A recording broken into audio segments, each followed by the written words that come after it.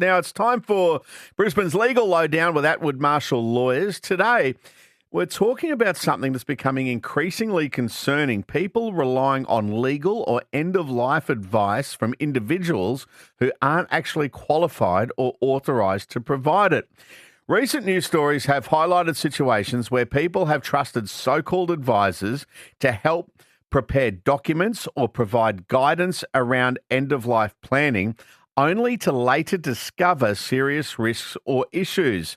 When it comes to important legal documents like wills, enduring powers of attorney, and advanced health planning, getting it wrong can have major consequences, not just for you, but for your loved ones as well. How do you know who to trust, and what should people be looking out for? Well, joining us today from Atwood Marshall Lawyers is accredited aged care professional and senior paralegal, Bindi Marshall. Bindi, welcome. Oh, thanks for having me, Peter. Yeah, good to have you in here. I think this is a really important issue. This one, it is looking out for the older members of our community, and it's, well, you'd hate to think that people are preying on them in different ways, particularly in something like this. Oh, look, absolutely. It seems to be, let's target the most vulnerable of vulnerable, and let's face it, they're the ones that are most likely to be at home if there's a knock on the door or if there's a phone call that comes through. It's not great. Now, we've seen some concerning stories here in the media about people relying on end-of-life advisors or others who aren't qualified. Some of these reports suggest individuals were offering seminars, helping prepare documents, and becoming involved in people's personal affairs. What can you tell us about what's happening out there and why this is so concerning? Look, we've actually seen in this particular matter that we've just had to come across our desk is this particular individual was going to retirement communities and targeting recipients of retirement communities, posing as a lawyer, financial advisor. So these are trusted people within our community. And obviously, if you don't know to test their credentials, to have a look and see if they're legitimate or not, you're going to trust someone that the retirement community have brought in, because obviously you would expect that someone like that's done their due diligence before bringing them in to engage with our most vulnerable. Yeah.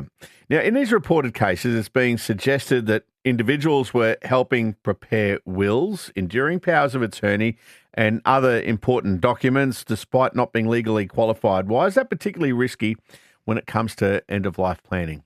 If your documents are not certified correctly or you don't have the correct clauses in there to protect yourself, a lot of people, we see this downloading the home jobbies, the DIYs off the internet, but you or I don't go out and pretend to be a brickie on the side because we don't have those qualifications. But it's shocking to see how many people, neighbours, even social workers we've seen downloading these documents, and then they're partially completed. But in one of these cases that we saw, which was where the individual had prepared the documentation, they typed it all up, and then afterwards you could see the afterthought where they've gone in blue pen and written additional clauses over the top of that. Wow. So it's a legally binding document. And, enduring power of attorneys, they speak for us while we're alive. That's a critical document. I mean, when your toe's up, let's face it, your will's your will,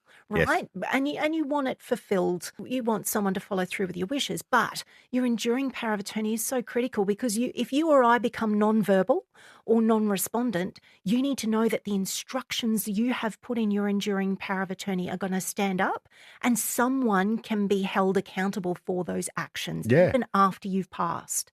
Yeah, absolutely. And you're talking about when someone passes away, there's been examples here of some of these people wanting to be notified immediately after someone passes away. Yep. Shouldn't that be raising red flags? Absolutely. Massive eyebrow raisers there. And I guess if you've got someone who's inserting themselves into your documents, your essential protective documents, I would absolutely be asking questions. I certainly wouldn't be signing anything. And that's their way of trying to obtain a financial income even after the fact, because they're considered to continue to consult after the fact. So, yeah, it's not a great outcome at all. Sometimes This doesn't come to light until after a person has lost capacity to think and deal for things for themselves, and that's got to be quite a significant risk. Well, it is, because if those documents are wrong, you then have to go through QCAT. So that's a whole tribunal on its own. We find partners then having to apply for administrator or interim guardian rights over their own loved one, over their own spouse, which shouldn't happen. If you've gone to the effort of putting those documents in place with someone who knows what they're doing. I mean, this particular individual that we're referring to, he was charging $5,000 for a will and a power of attorney. Now, no lawyer would charge that much. That's insane. So, for us to see simple wills and enduring powers of attorney have such a huge charge on them, that's not affordable for anyone. That's not right. Yeah, and you make mention of some of those services. They can be very appealing, often represented less formal than having a lawyer coming through. So what kind of messaging would be misleading when it comes to something as important as estate planning? Well, I guess estate planning, when we're looking at the importance of it, you need to consider we get a lot of people who are appointing daughters and sons out of obligation as opposed to who's going to fulfill that role the best. Enduring powers of attorney in particular are a passion of mine and a focus of mine because I see how many of them can be wrong. And if you do not state your wishes in, I think it's section 2 of the power of attorney, I see so many just with a line through them. And I'm thinking, hang on, have you not sat there with your lawyer or your person and said, should I become incapacitated, could you please ensure that you financially exhaust all my funds to keep me at home or to place me into this facility? Your wishes should be stated in that enduring power of attorney, but you'd be shocked to see how many of them are not.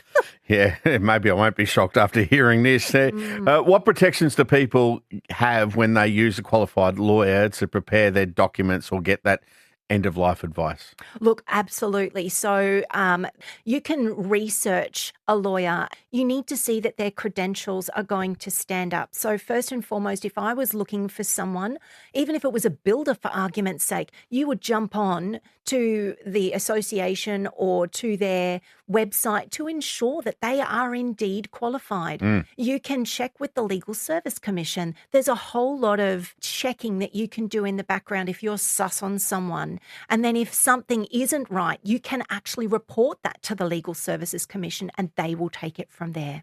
There'll be a lot of people listening to us now thinking, well, what should I be looking for? Well, you talk about the warning signs. So if approached by someone, what should be the first questions you ask?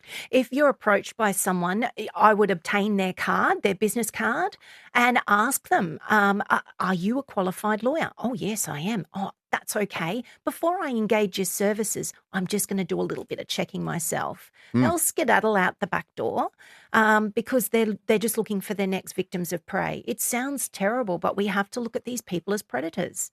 Well, that's what they are. Yeah, they are. It's what they are.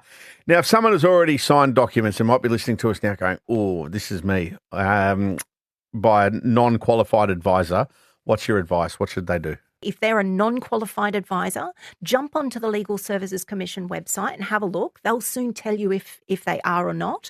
You can report it to the Department of Fair Trading, Legal Services Commission. It's really important to use both of those avenues because it's likely that the Department of Fair Trading will already know about this person anyway if they're posing as something that they're not. That's the important part, isn't it? To make sure that you, if you do become aware, that you make those reports because then they can start linking and find the history or the trail of where the so-called person has been going. That's exactly right, which is what's happened with this other person in the media, is that they followed him step by step. He's gone from the Gold Coast all the way to Bundaberg. So that's, at the moment, we know those retirement communities and obviously just trying to make sure that they have the correct information so that those 150 plus people that have already signed essential documents with this person can obviously have the opportunity before their loved one loses capacity to go and put fresh documents in place.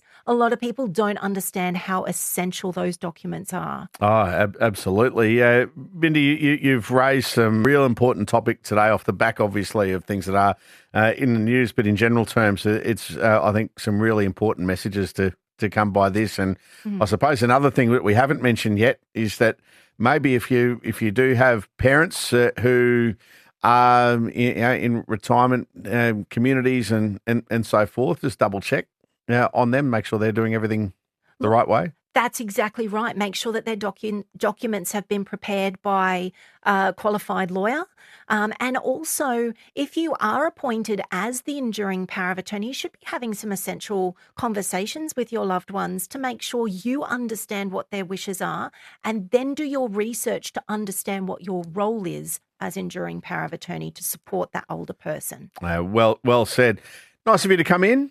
Good to see you, Bindi. Thank you, and a very important message that you've delivered today. Thank you so much for having me. No worries. That's Bindi Marshall there joining us from Atwood Marshall Lawyers.